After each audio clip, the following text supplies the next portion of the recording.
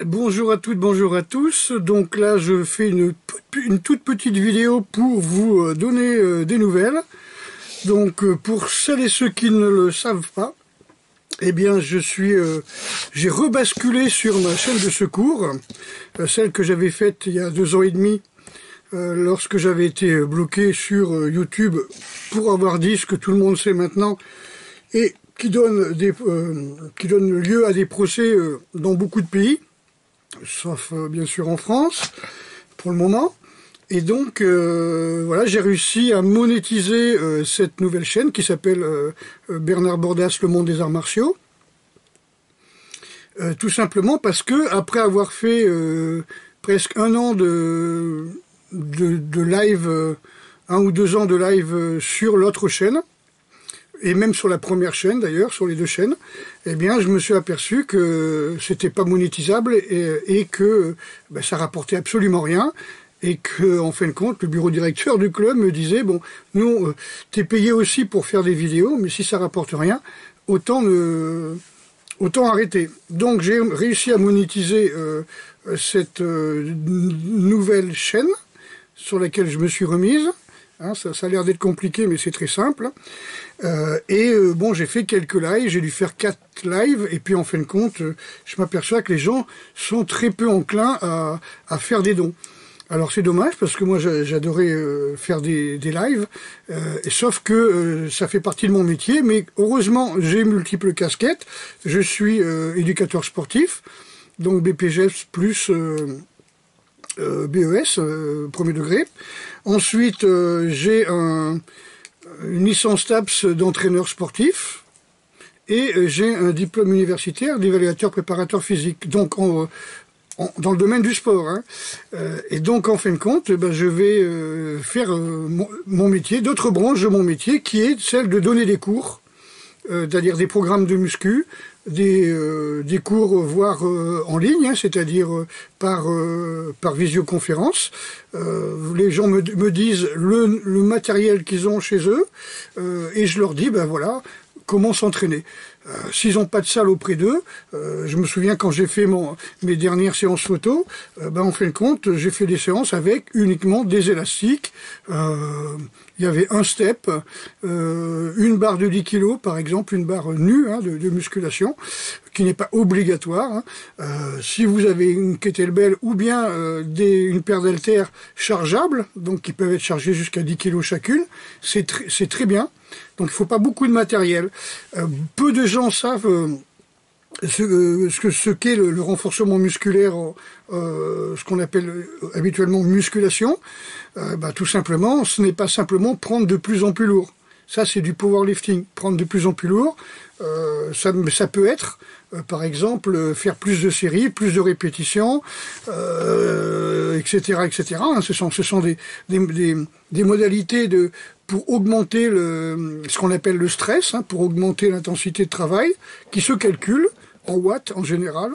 Donc, lors de ma formation à Poitiers, à la fac de sport de Poitiers, au STAPS, eh bien, j'ai appris par une personne qui enseignait à l'université de Laval, qui était spécialiste du stress dans le monde du sport, une formule qui disait less pain, more gain, c'est-à-dire tu forces moins, mais tu as plus de résultats. Parce que si tu vas à 100% à chaque fois dans tes répétitions ou dans tes séances, tu vas bouffer tes hormones. Et si tu bouffes tes hormones, eh bien à ce moment-là, tu vas épuiser ta thyroïde, tes surrénales, voire ton foie, tu vas saturer ton foie, parce que tu vas te bourrer de protéines ou je ne sais quoi.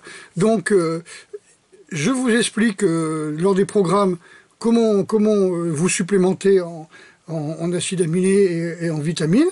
Il y a quand même des choses très importantes à savoir. Et je vous donne le programme. Donc ça peut se faire par visioconférence.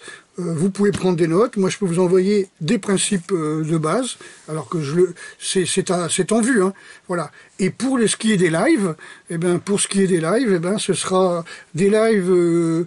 Je ferai peut-être 1 ou 2 lives par semaine. Tout comme ça, juste pour me retrouver parmi vous. Et après, vous aurez ce qu'on appelle les abonnements.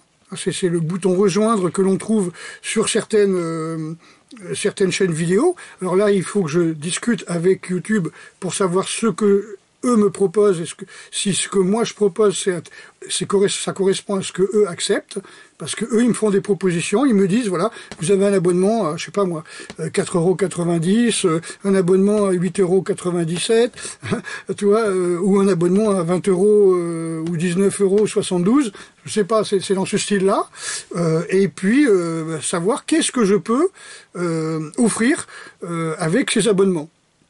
Donc l'abonnement de base, ce sera pour accéder aux lives, aux futurs lives que je ferai plus souvent, qui seront des lives de réaction politique ou des lives qui parlera d'arts martiaux, ça dépend.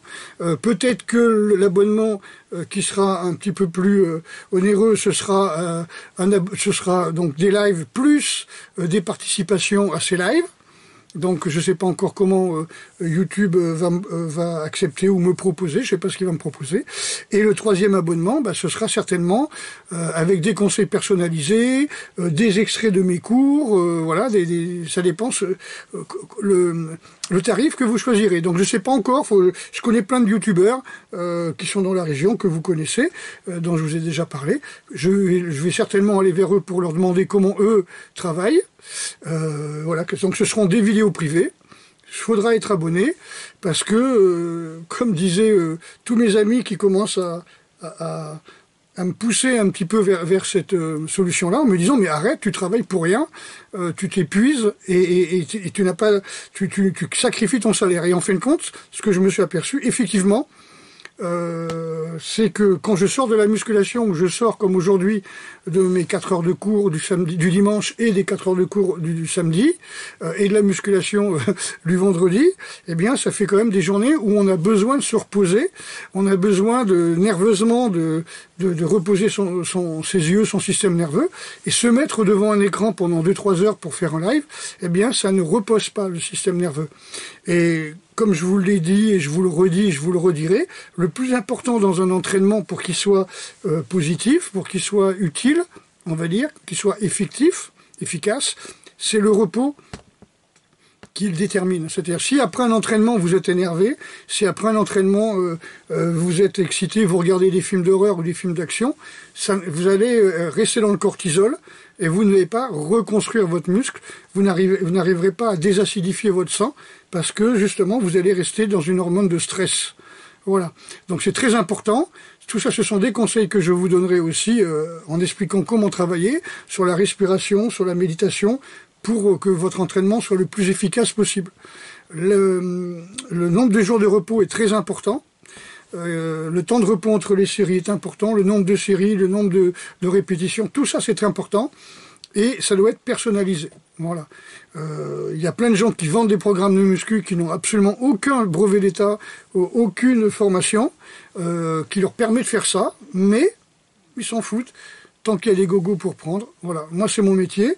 Voilà, je vous ai donné quelques photos pour vous montrer où j'en suis à 67 ans et demi, on va dire, puisque j'aurai 68 ans cette année, physiquement. Voilà, c'est quelque chose qui me passionne. Si je m'écoutais, je passerais 2 heures par jour à la salle de muscu.